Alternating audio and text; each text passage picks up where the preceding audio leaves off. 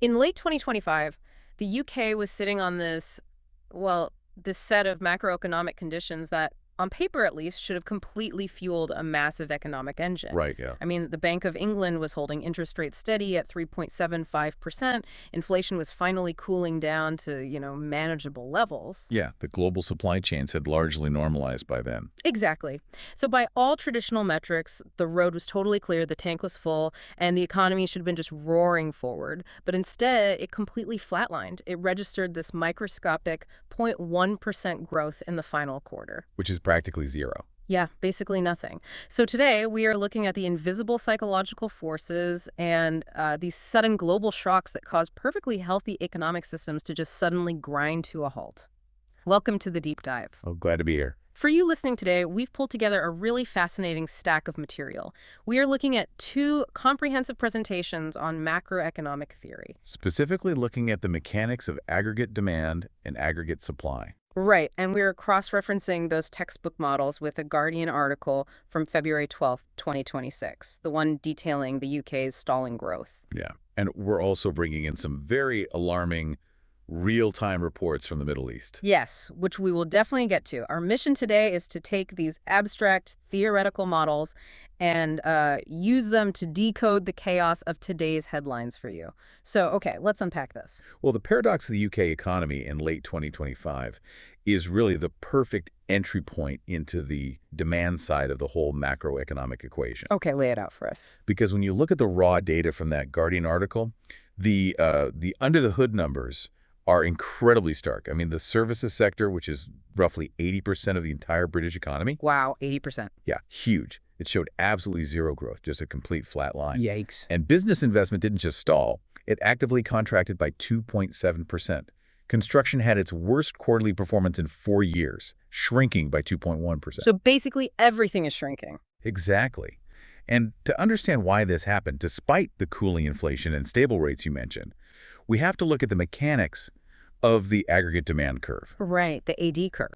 Yeah, and more specifically, what causes that entire curve to shift violently to the left? Right, and since we're assuming a baseline understanding of GDP components here for you listening, we all know we're tracking consumption, investment, government spending, and net exports. A classic C plus I plus G plus NX. Exactly. So the real mystery is why the behavior of those actors totally decoupled from the favorable price levels. Because, I mean, if overall price levels in a country drop, or at least stabilize, the models dictate that we should see movement down the curve, right? That's the textbook saying, yeah. Like the wealth effect kicks in, meaning purchasing power increases and consumers buy more. The international trade effect makes UK goods more competitive abroad. But none of that happened. Well, the models only predict movement along the curve if the underlying confidence of the market remains static. Oh, And what we saw in the UK was a profound collapse in consumer and business confidence, which physically shifts the entire aggregate demand curve to the left, regardless of what the price level is doing. so psychology overrides the math. 100%. And the Guardian piece provides the vital context here. The run-up to the late November budget was just saturated with rampant speculation about significant tax rises. Oh, yeah. The rumors were everywhere. Corporate tax hikes, capital gains overhauls, massive changes to personal income thresholds. Right. And looking at this strictly through an analytical lens, completely stripping away the political rhetoric surrounding Chancellor Rachel Reeves's strategy of securonomics. Right, or the leaked internal criticisms from figures like West Streeting. Exactly. And just as a quick aside for you listening, we aren't taking any political sides here or endorsing those views. We are just impartially reporting on the content provided in these sources to see how the market reacts. Yeah, absolutely. We're just looking at the economic mechanics. Right, because the macroeconomic models are entirely agnostic to political parties. They only measure behavioral responses to risk. Right. When households believe their disposable income is about to be gutted by a future tax hike, they hoard cash. Makes sense. And when companies cannot accurately forecast their tax liabilities for the next fiscal year, they freeze their capital allocation. They don't build the new factory. They don't upgrade their software systems. They just sit on their hands. Exactly. That uncertainty acts as a massive psychological brake on the entire economy. Okay, I want to push back on the mechanics of that break for a second, especially regarding the business investment side. Sure, go ahead. Because, as we noted, The Bank of England left interest rates unchanged at 3.75%, and they signaled that inflation was cooling. Under normal circumstances, shouldn't the interest rate effect dictate that cooling inflation means less demand for daily cash, so more money flows into banks and borrowing becomes cheaper? Generally, yes. So shouldn't that spur investment?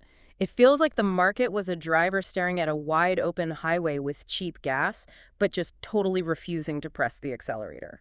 It's a great analogy, but the anticipation of future systemic costs completely overrides the benefit of current favorable borrowing conditions. Oh, so the fear outweighs the cheap money. Exactly. I mean, you can offer a business a near zero interest rate on a loan to build a new facility.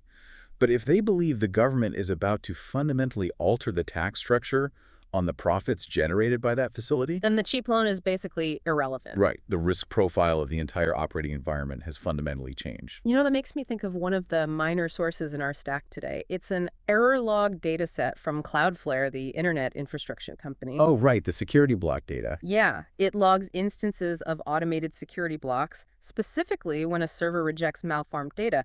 And at first glance, it seems totally unrelated to macroeconomics, but it perfectly maps onto the psychological freeze we're talking about. How so? Well, a cybersecurity firewall doesn't just block external hackers, right? Right, Modern systems have internal lockdown protocols. right. If the core operating environment detects erratic, unpredictable, or malformed inputs, which in our case is the chaotic tax speculation and budget uncertainty, the system doesn't wait to see how much damage the data will do. It just shuts down.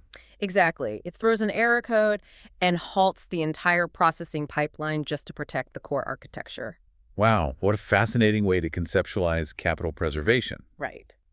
The corporate boards in the UK, essentially through an internal error code, they initiated a lockdown protocol on capital expenditure to protect their balance sheets until the systemic environment became readable again. That's exactly it. And that defensive crouch, when executed simultaneously by thousands of businesses, results in a 2.7% contraction in national investment and a flatlining economy. So we have a situation in the UK where the demand side is just completely frozen.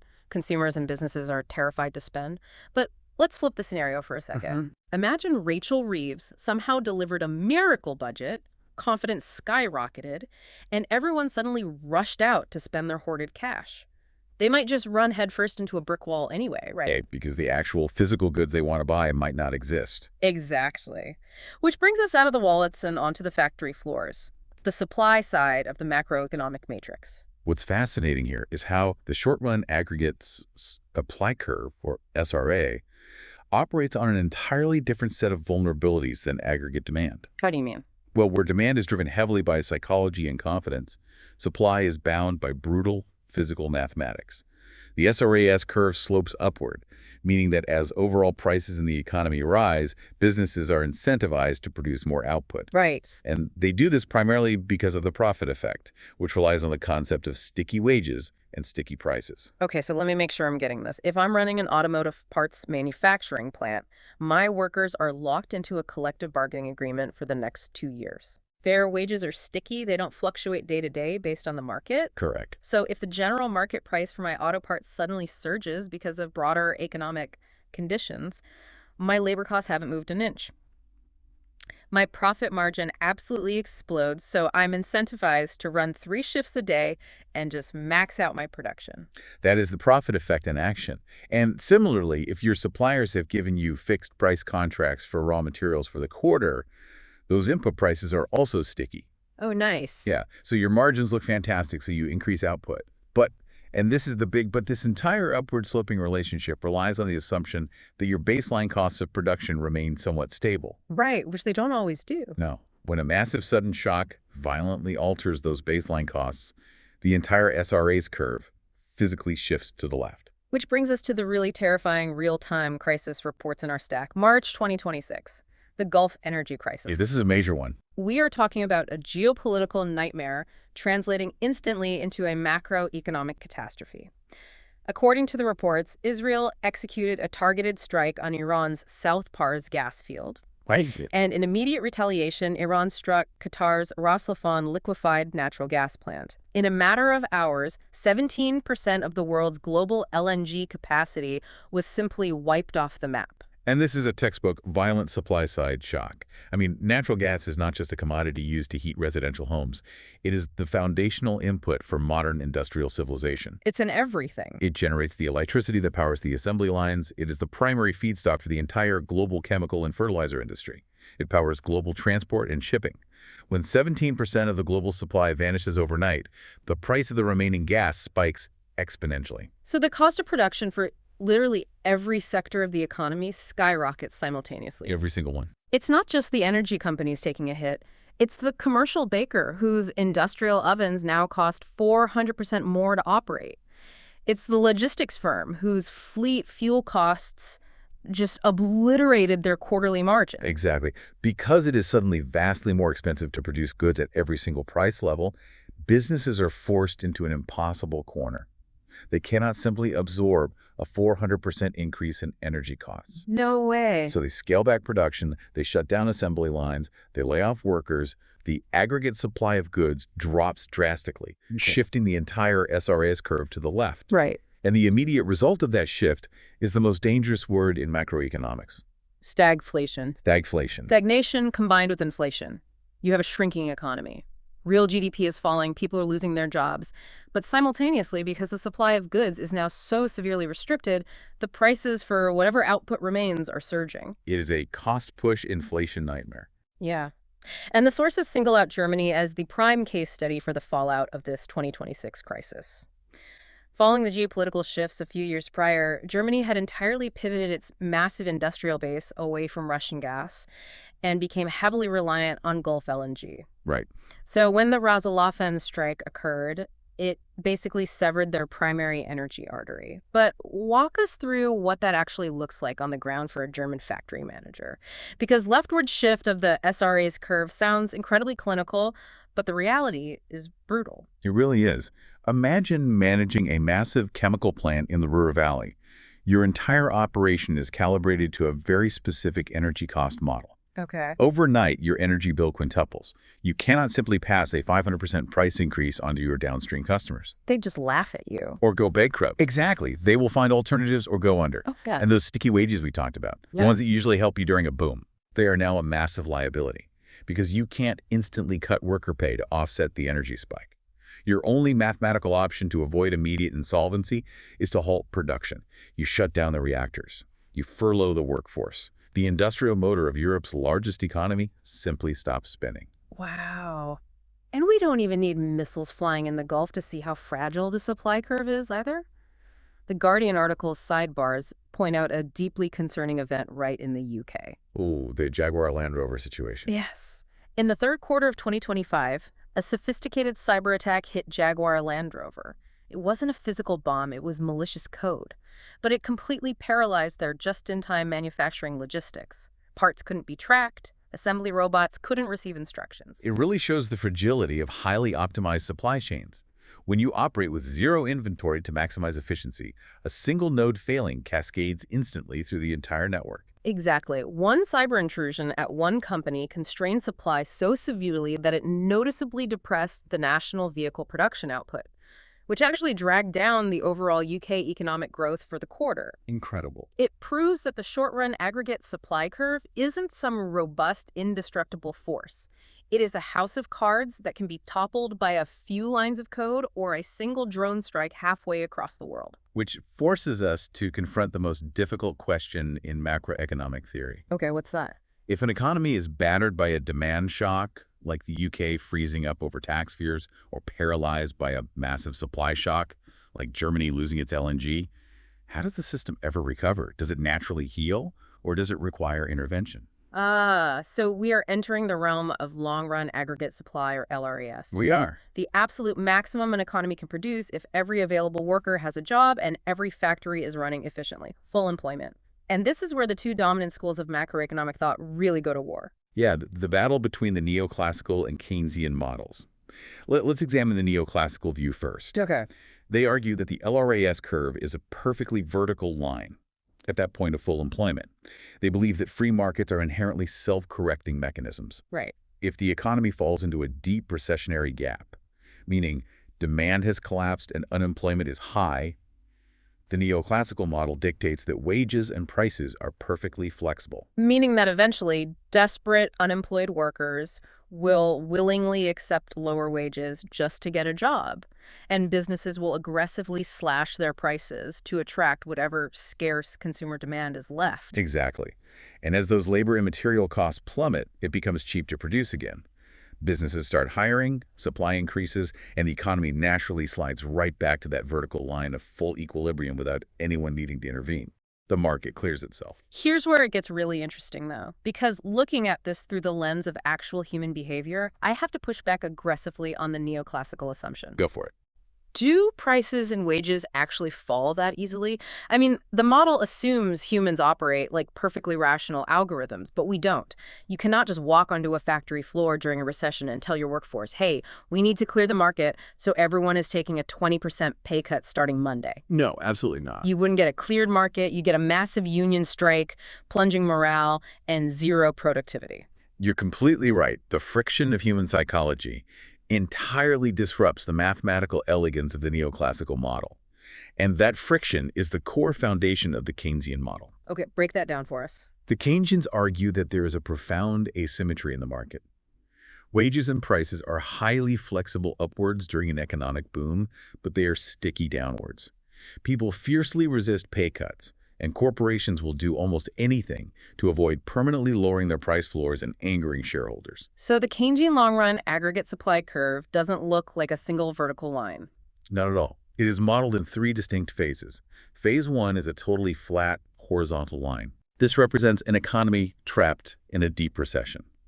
There is massive spare capacity. Empty warehouses, ghost shifts at factories, millions of unemployed workers. Because there is so much slack in the system, you can massively increase economic output without putting any upward pressure on prices. You're just putting idle resources back to work. Got it. Then you hit phase 2, where the curve starts to slope upward. Right. As those idle factories fill up and unemployment drops, resources actually start to become scarce. If you want to hire top engineering talent or secure specialized raw materials, you have to start paying a premium. This is where bottlenecks form and prices begin to rise alongside output. And finally, phase 3 is that vertical wall. You've hit absolute full employment. You could double the price of everything, and you still couldn't produce one more widget because there is literally no one left to hire and no machines left to turn on. Exactly. But the critical divergence here, the reason this theoretical debate matters so immensely to modern society, is what happens in phase 1. The flat part. Yes. If the Keynesians are right, and wages truly are sticky downwards, then an economy hit by a severe shock doesn't naturally self-correct. It doesn't heal. It just gets stuck on that flat horizontal line. And the sources highlight a real-world focus case study for this, right? From Italy in early 2019 that illustrates this perfectly. You do, yeah. Italy experienced a severe collapse in both business and consumer confidence, shifting their aggregate demand heavily to the left.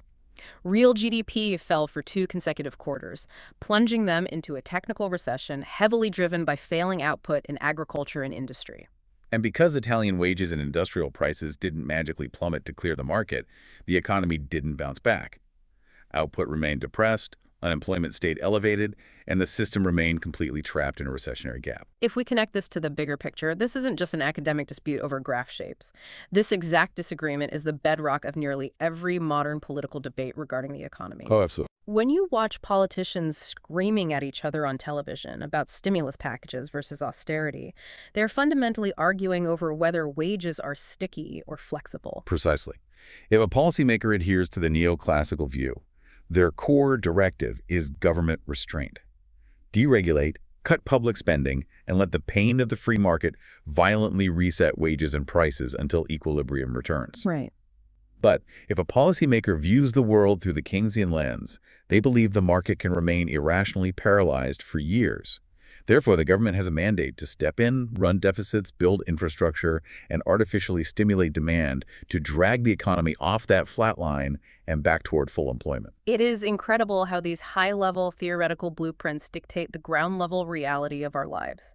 We have covered a massive amount of conceptual ground today. We really have. We started by diagnosing the demand side, unpacking how political uncertainty and the fear of tax liabilities acted as an internal lockdown protocol. shifting the UK's aggregate demand to the left and stalling out the services and investment sectors. We then flipped to the supply side, exploring the brutal physical realities of the SRA's curve. We saw how the 2026 Gulf energy crisis obliterated 17% of global LNG, creating a catastrophic cost-push inflation scenario that forced German manufacturing into stagflation. And finally, we examined the long-term recovery mechanisms, highlighting the deep divide between the neoclassical belief in flexible, self-healing markets and the Keynesian reality of downwardly sticky wages that can leave an economy trapped in a recessionary gap. This is why macroeconomic models aren't just for university lecture halls. The shifting of these curves is the exact mechanism dictating our shared reality. For you listening, a leftward shift in aggregate supply is the mechanical reason your grocery bill spiked last week and why your local bakery had to raise its prices. Exactly. A stall in aggregate demand is the reason hiring freezes are sweeping through the tech sector right now, and why securing a small business loan suddenly feels impossible. The macro dictates the micro. It is the invisible architecture shaping every single transaction we make. So, what does this all mean for the future? We've established that true long-term economic growth, pushing that vertical wall of maximum potential output further to the right, can only happen if a society fundamentally increases the quantity or the quality of its labor and resources. We need better technology, more efficient factories, or a larger, highly educated workforce. Those are the historical prerequisites for shifting the long-run aggregate supply curve outward. But I want to leave you with a final provocative thought that challenges the very foundation of the models we just spent the last 20 minutes unpacking. Okay, I'm listening. We discussed at length how the Keynesian model, and indeed much of our modern economic reality, is predicated on human psychology. The friction of the system exists because human workers demand fixed contracts, they violently resist pay cuts, they get sick, and they require sleep. Hence, sticky wages. Right. But what happens to these classic macroeconomic models when artificial intelligence reaches full autonomous maturity? Oh, wow. That completely alters the variables of production. Right. If we are rapidly approaching an era where AI and advanced robotics act as an infinite, flawless workforce, a labor pool that never sleeps, instantly learns new skills, and crucially, never demands a wage increase or forms a union, will the concept of sticky wages even exist in 20 years? That is a wild thought. If the labor supply becomes essentially infinitely scalable and practically free to deploy, does the concept of full employment even mean anything anymore? Or are we going to have to tear up these textbooks entirely and invent a radically new economic matrix just to survive the transition? It really makes you wonder. Something to mull over. Next time you read a chaotic headline about a cyber attack crippling a supply chain or a government panicking over stalling GDP, try looking at it through the lens of aggregate demand and aggregate supply. Look for the invisible curves shifting. Until next time, thanks for joining us on this deep dive.